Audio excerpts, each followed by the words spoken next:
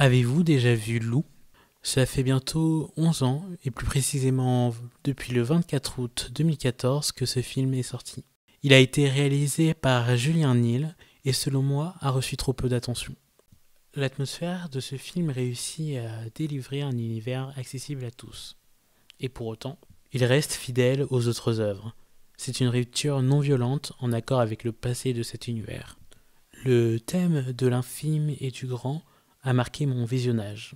Ce film s'inscrit dans un jeu subtil des gestuels qui montrent la complexité des enjeux. Complexité certes, mais il faut vouloir la trouver, car c'est un film qui se veut léger et finalement les interactions avec le monde et entre les personnages ne sont ni calculées, ni minimisées, au contraire, elles sont naturelles. Saussure aurait bien des choses à dire sur la complexité du langage, mais ici tout est fluide et sans artifice. Nous entrons donc dans un monde qui se veut simple, intimiste et anormal. C'est une volonté non conformiste et une revendication de leur identité par leur monde infime. Nous voyons une mère et sa fille qui évoluent dans un monde qui leur convient. Leur façade sociale est abattue pour le plus grand plaisir des spectateurs, qui ne voient pas de rôle stéréotypé, mais Lou, la mère de Lou, Tristan, et bien d'autres. Ce n'est donc pas un choc de voir un appartement sans dessus-dessous, une mère plongée dans une grande tristesse et procrastinatrice. Nous voyons un monde figé dans une routine malsaine, mais pas répugnante. Seule l'arrivée de la grand-mère vient rétablir un semblant d'ordre qui casse cette routine quelque peu débridée. Le grand dans ce film est finalement l'élément qui trouble cette individualité. Dès que le film s'élargit sur le voisin, des fractures s'opèrent dans les relations et les enjeux de chacun. Le voisin n'est qu'un élément déstabilisateur qui va finalement ajouter un plus au monde infime de Lou. J'aimerais bien développer un peu plus sur ce voisin, mais je vous laisse découvrir cette intrigue palpitante. Ce voisin nous permet donc de voir qu'il y a des mouvements qui s'opèrent entre l'infime et l'extérieur. Il y a une certaine appréhension du grand ou plutôt de l'extérieur. C'est un monde qui est froid comparé au monde chaleureux de Lou, et c'est un monde qui ne laisse place à aucune identité. Aucune? Non, car une irréductible adolescente résiste encore et toujours à ce conformisme. C'est bien sûr le cas de Marie-Émilie.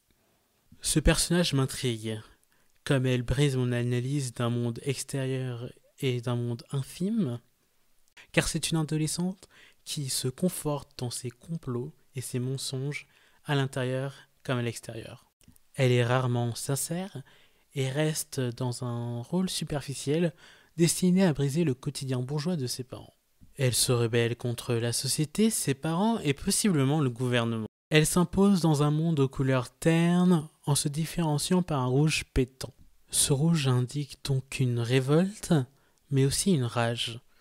Elle est insolente envers ses parents, ne montre aucun signe de compassion et monopolise l'attention. L'infime et le grand ne sont donc pas de mondes hermétiques. Ils se complètent dans ce film. Bien que nous voyons des différences entre ces mondes, avec des plans resserrés et des couleurs plus chaudes dans l'infime, et des plans plus élargis et des couleurs plus froides dans les environnements impersonnels, ces changements ne définissent pas les personnages, et nous le voyons avec le personnage de Marie-Émilie. L'insolence, la révolte et l'inquiétude sont omniprésentes, et elles montrent des relations et des individus qui évoluent d'une manière cohérente, mais qui n'ont pas forcément d'un but profond. Lou n'a pas assez eu d'attention pour moi, car elle a une vision légère du cinéma, qui me plaît énormément. C'est un film émouvant, de par sa sincérité et son infime qui surpasse le grand extérieur. Merci de votre écoute, ce fut Brian, et pour conclure, j'aimerais vous citer du Marie-Émilie. Tu as l'air rejeté et déprimé. J'adore.